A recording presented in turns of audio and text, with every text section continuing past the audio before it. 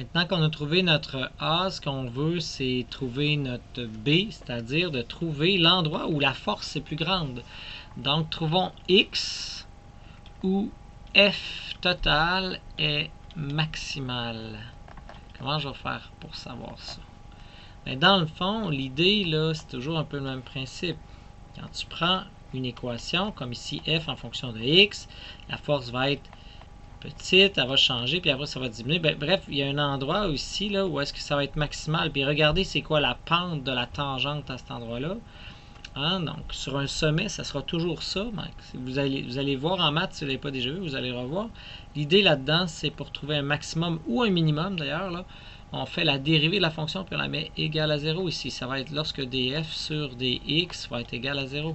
C'est ça qu'on va faire pour trouver l'endroit où x où c'est maximal. Donc, on va dériver la force totale sur x. Donc, là maintenant, je peux le faire sans vecteur. L'idée, on sait que ça va être selon x. Donc, c'est la dérivée de tout ça. Donc, c'est 2kqq fois la dérivée de ce qui reste. Mais la dérivée de ce qui reste, là, dans le fond, pour ça, c'est des constantes, je les ai mis en évidence. Ben, on dérive x en premier, donc ça fait 1 multiplié par l'autre. Donc, 1 sur a carré plus x carré à la 3 demi. Bon, plus l'autre, ben, plus x fois la dérivée de l'autre. La dérivée de ça, 3 demi, là, ben, c'est comme si c'était à la moins 3 demi. C'est comme a carré plus x carré à la moins 3 demi. Si tu dérives, ben, il va aller en avant, etc. Donc, dans le fond, c'est un peu ça que je vais faire. Je vais faire mon moins 3 demi. Fois en fin de compte a carré plus x carré. Là, il est devenu à la quoi? Moins 3 demi moins 1, ça fait moins 5 demi. Et là, il ne faut pas oublier la dérivée de l'intérieur, donc fois 2x.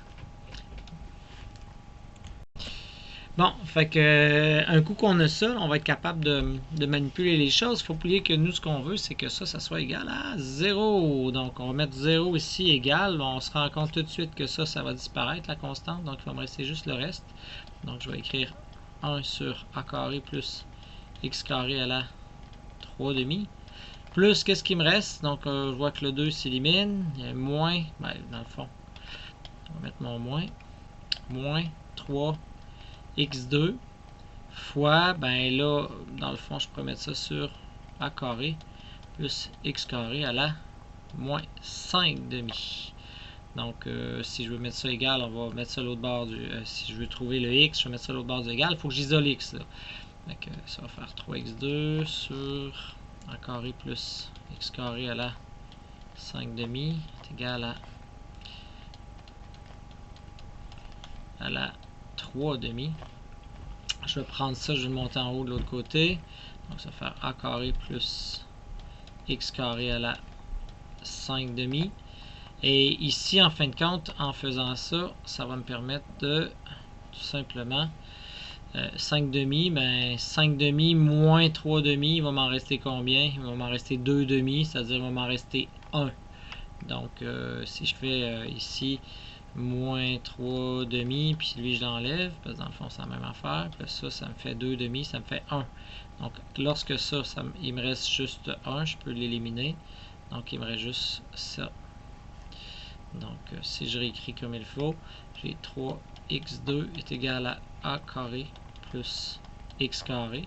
Bon, je l'envoie de l'autre côté, il va me rester 2x2 est égal à a carré. Donc, si je veux isoler x, mais je me rends compte que x carré va être égal à a carré sur 2. Je vais faire la racine carrée de ça, plus ou moins. Et là, dans le fond, x va être égal à, on va mettre plus ou moins a sur racine de 2.